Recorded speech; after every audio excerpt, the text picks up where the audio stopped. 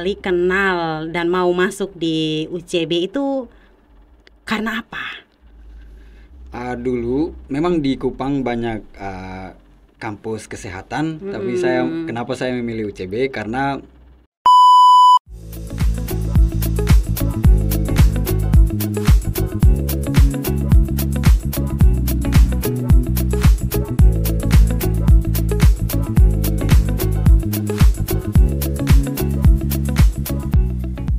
Halo semuanya, selamat datang di podcast Universitas Citra Bangsa atau UCB. Hari ini kita kedatangan tamu yang luar biasa. Selamat siang Kakak Gio. Selamat siang Kakak. Iya, ini Kakak Gio Nunu Hitu ya. Kakak Gio ini adalah salah satu alumni dari UCB. Angkatan berapa Kak?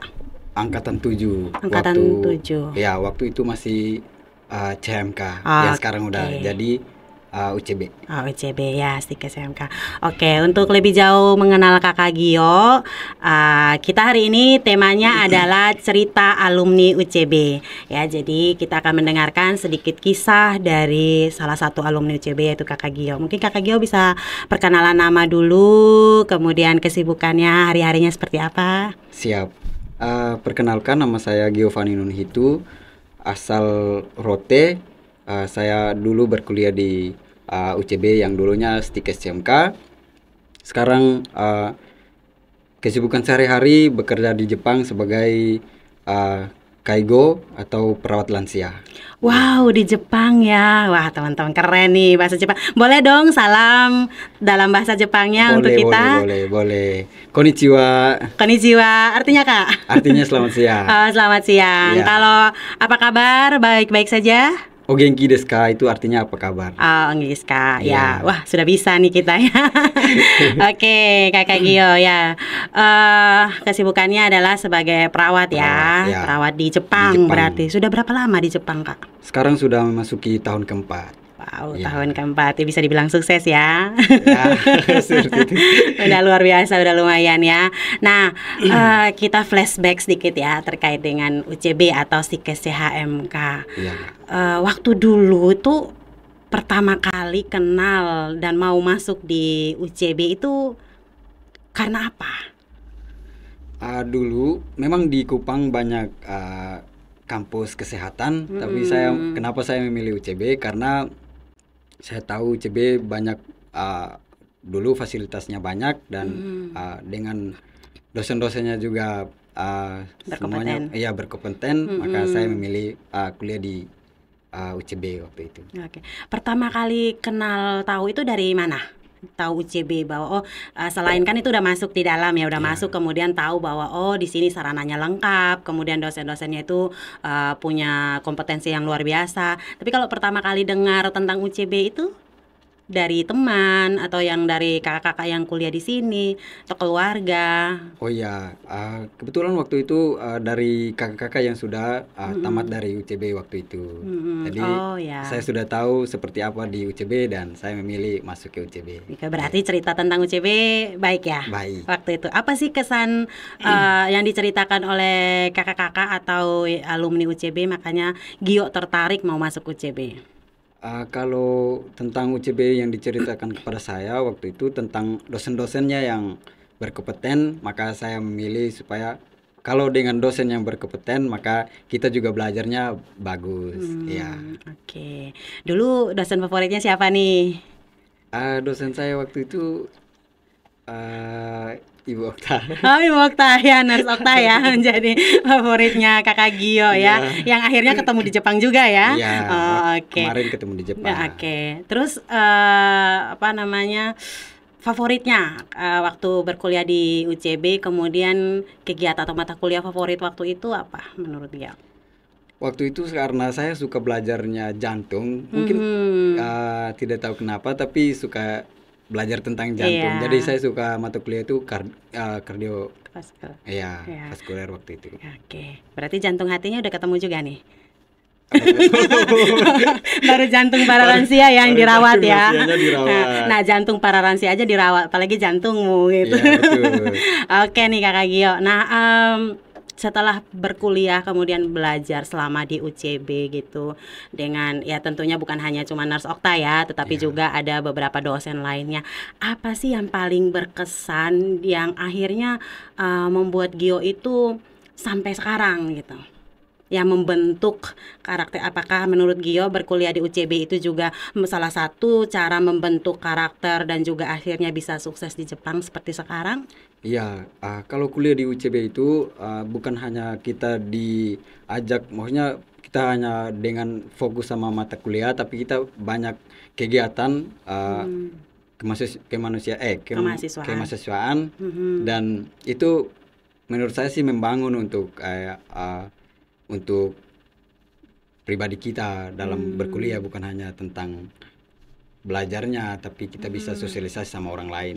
Oke, Ya. berarti kegiatan apa saja yang kakak Gio ikuti selama ada di UCB waktu itu? Waktu itu sempat saya juga masuk dalam kegiatan BEM, dan saya juga salah satu anggota paduan suara. Wah, suaranya Ya. bagus nih.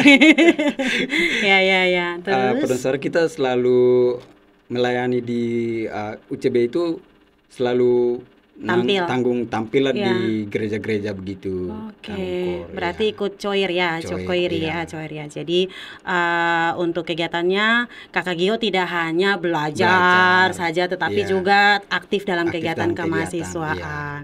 Wah, terus cara bagi waktunya tuh bagaimana? Ini banyak juga yang mungkin mengeluh, saya tidak mau ikut kegiatan di BEM, saya tidak mau ikut kegiatan kemahasiswaan karena saya tuh harus belajar, orang tua saya harus bilang IPK harus bagus supaya lulus tepat waktu. Tapi Kakak Gio gimana cara bagi waktunya?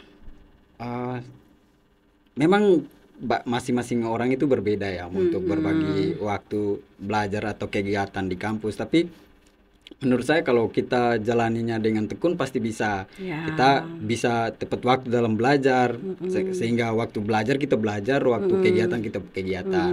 Dan saya membagi waktunya tuh, kalau pas belajar ya saya tekun belajar, kalau kegiatan ya saya kegiatan. Oke. Jadi tidak mencampur adukan antara belajar sama kegiatan. Itu sih maksudnya yang Iya. saya pakai waktu itu biar Oke. bisa bagi waktu. Iya, padahal kan latihan juga kalau misalkan masuk di paduan suara itu kan ada latihannya juga latihannya, kan. iya. Iya.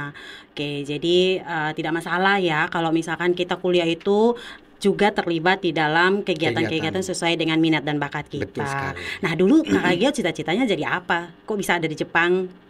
Dulu dari SMA sebenarnya ada dua, Iya. polisi sama kesehatan. Oke. Dan saya memilih perawat waktu itu karena tidak jadi masuk polisi, jadi memilih perawat. Karena saya suka lihat di rumah sakit itu kita kayak rawat orang itu kayak Menarik, bagus, ya. menarik gitu. Jadi masuknya perawat. Dan Oke. setelah itu ada kendala, makanya saya harus ke Jepang gitu. Belum bisa bekerja di Indonesia, makanya saya memilih biar ilmu saya tidak mati hanya untuk 4 tahun saya sekolah, tapi kalau saya ke Jepang mungkin saya bisa lebih banyak belajar hal lain tentang perawat ya. Nah, belajar hal lain tentang perawat. Mungkin bisa kasih salah satu contoh atau pengalaman Kakak Gio ketika bekerja itu, apa sih yang sudah diperoleh di UCB ini kemudian dapat diterapkan di tempat kerja gitu. Kalau dulu itu, kalau yang saya dapatkan dari UCB, kita lebih ke contohnya merawat luka, Iya. kayak seperti itu kalau di Indonesia. Tapi kalau di Jepang itu agak sedikit berbeda karena kita rawatnya lansia. Iya, benar. Jadi lebih tepatnya ke KDM-nya, kebutuhan Oke, dasarnya. kebutuhan dasarnya. Ya. Seperti Oke, itu. ya. Jadi tapi walaupun beda, tapi ilmu yang diperoleh selama di kuliah di sini Ya. dan juga motivasi dari Kakak Gio itu dapat membentuk dan juga Dapat membantu membantu. Iya, dapat Kakak Gio membantu. untuk Sangat bekerja di membantu, sana iya. ya. Oke. Bisa dong ceritakan terkait dengan pengalaman Kakak Gio di Jepang itu seperti apa? Mungkin mulai dari ketika Kakak Gio mau berjuang untuk sampai ke Jepang, dan apa sih yang menarik di sana sehingga Kakak Gio mau di sana? Oh ya, berarti bagaimana sehingga sampai di Jepang ya. Ya. Itu sebenarnya nggak ada niat dari awal saya masuk UCB untuk bisa bekerja di Jepang. Itu sudah niat ke berikutnya. Karena pengen masuk UCB itu biar kerjanya di Indonesia dan bisa ketemu, maksudnya dekat sama keluarga. Tapi karena keadaannya berbeda, jadi harus ke situ. Jadi saya waktu itu saya cari sekolah-sekolah yang bisa bantu ke Jepang, dan saya belajar sesuai apalagi nama perawat, kayak sebagai perawat, makanya sesuai dapat bidang keilmuan sesuai bidang saya gitu. Jadi dapat, terus belajar dulu bahasa Jepangnya, terus diproses, kita cari tempat kerjanya di Jepang, dibantuin, terus setelah dapat baru diproses berangkat. Oke, berarti waktu Kakak Gio berangkat ke Jepang tuh nyari sendiri ya? Kalau sekolahnya di Indonesia, sekolah bahasanya kita harus nyari sendiri. Nyari sendiri. Nah, sekarang Kakak Gio tahu tidak kalau di UCB itu kita nggak perlu nyari gitu. Betul sekali, saya sudah tahu. Sudah tahu ya. Ya, jadi kita di UCB sekarang ini tidak perlu cari lagi untuk bekerja di Jepang, ataupun nanti kita akan menjajaki untuk di luar negeri lainnya. Kita sudah punya tenaga pengajar yang langsung kerjasama langsung di Jepang, sehingga nanti selama berkuliah 4 tahun di Jepang di UCB itu kita akan mendapatkan kursus gratis. Wah, gitu, keren ya. Maksudnya waktu itu kan kita tidak ada seperti itu. Kita harus ke luar negeri itu harus susah-susah dulu, kita harus cari. Kalau sekarang sudah di UCB, sangat keren lah menurut saya. Tepuk tangan ya untuk UCB. Oke, baik. Nah, dari setelah ke Jepang kemudian pulang nih sudah hampir 4 tahun ya. Setelah jalan-jalan tadi ya sempat napak tilas nih. Apa sih yang berubah dari UCB? Makin, kalau yang saya lihat dibandingkan yang dulu, makin jaya. Makin jaya. Banyak lagi, mungkin profesinya makin banyak ya Bu ya. Iya, kita sudah ada bidan juga. Iya, bidang yang lain. Berbeda dari dulu. Kalau dulu hanya mungkin bidan sama perawat, farmasi. Sekarang saya kayak kaget-kaget. Wah, kaget sekali sudah banyak itu. Ada fakultas teknik lagi di sana ya. Banyak berubah sih menurut saya. Jadi kita sudah punya fakultas teknik yang ada 3 prodi, ada teknik sipil, teknik arsitektur, dan juga teknologi informasi. Dan kita juga sudah ada fakultas baru, yaitu bisnis digital. Ya, keren kan? Jadi kita mau bersosialisasi dengan orang. Saat ini kita sudah menggunakan digitalisasi, jadi semuanya mengarah ke sana ya. Nah, boleh kasih bocoran dong, kira-kira berapa sih yang didapat di Jepang? Kok betah ya mau sampai 4 tahun? Iya. Kalau soal itu ya sangat membantu, makanya dibandingkan kita di Indonesia, memang semua itu butuh proses dan butuh kerja keras. Iya, harus merelakan juga, kayak harus jauh dari keluarga, orang tua. Tapi kalau mau sukses itulah langkah, langkah untuk kita bisa berani ambil keputusan untuk bisa kayak. Kalau di Jepang itu bukan lumayan, tapi ya amat sangat membantu ya. Dibandingkan Indonesia. Iya, betul. Ya, jadi sebagai informasi juga untuk kerjasama yang UCB dengan Apriko ini, kalau saya tidak salah info itu tahun pertama itu bisa sampai belasan juta ya, 16 juta ya. Kalau sudah lulus tahap awalnya, tahun berikutnya itu bisa malah sampai 20-an juta seperti itu ya, kurang lebihnya. Oke, tapi motivasinya tidak hanya uang, tetapi pengalaman. Yes, betul ya, pengalaman luar biasa ya. Jadi jangan khawatir untuk kita bisa mau bersaing. Itu sama seperti visi UCB juga, unggul dan berdaya saing di luar negeri ya. Oke, nah boleh dong bagi tips dan trik mungkin ya menurut Kakak Gio supaya menjadi orang yang sukses, orang yang bisa mampu berdaya saing tadi ya, selain kemauan kerja keras itu, apalagi sih tips-tips untuk nih adik-adik atau juga yang mau bekerja di Jepang atau di luar negeri itu apa saja kira-kira? Kalau menurut saya tidak banyak, hanya butuh niat. Niat, oke, yang pertama. Awalnya harus niat, terus mental, kita harus bisa berpikir bahwa kita juga bisa lebih bisa dari orang lain gitu. Dari itu maka kita pasti semangat untuk kayak menjalani kayak belajarnya maupun berusahanya pasti semangat sih. Jadi lebih tepatnya kayak niat sih. Kalau tidak ada niat pasti semuanya tidak jalan. Terus kesadaran diri juga. Biar kalau sudah di dalam suatu keadaan kita sadar kalau oh, saya harus berjuang untuk ini. Itu sih Kak. Wah, luar biasa ya nih. Niat ya, betul ya. Kalau memang kita maunya niatnya ya hanya tidur-tidur ya, main game anak sekarang ya. Kalau sudah depan gadget gitu kan semuanya terlupakan. Oke, niat itu ya, niat, kemudian kemauan yang keras, kemudian mental kita juga harus siap. Ketika ada di negeri orang itu kita harus bagaimana ya. Dan mungkin juga kerja keras ya. Ya, kerja keras ya. Dan kepercayaan yang sudah diberikan orang kepada kita itu juga mungkin kita harus jaga, ya, betul. Iya, betul. Kalau bekerja sama dengan pihak luar tuh bagaimana sih, apa sih tantangannya, dan juga mungkin ada tips mengatasinya gitu? Maksudnya bekerja sama? Bekerja di luar negeri kan pasti ada tantangan atau hambatan yang pasti diperoleh di sana. Ya, kira-kira apa itu? Dalam pekerjaan. Iya, dalam pekerjaan.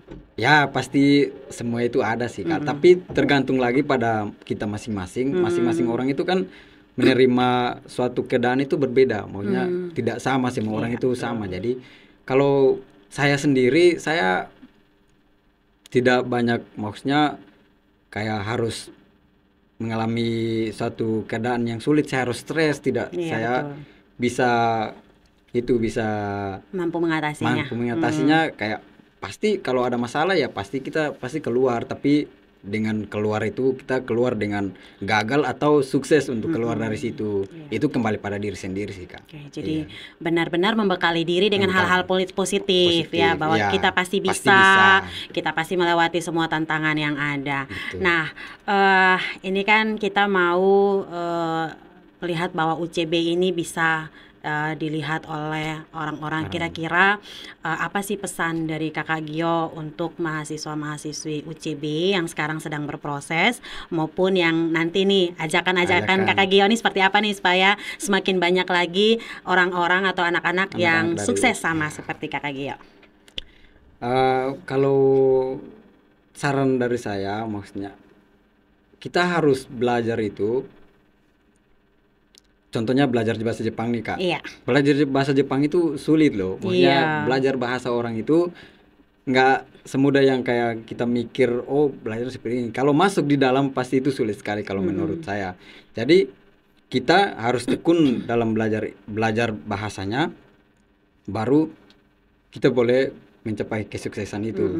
Kalau kita boleh niat ke situ tapi belajarnya malas-malas juga kayak gitu aja sih. Jadi saran buat saya untuk adik-adik, tetap semangat untuk belajarnya. Apapun masalahnya dalam proses belajar pasti akan bisa dituntaskan, dijalankan. Intinya harus semangat. Oke, semangat ya. Jadi ada niat, ada usaha. Jangan habis di niat juga.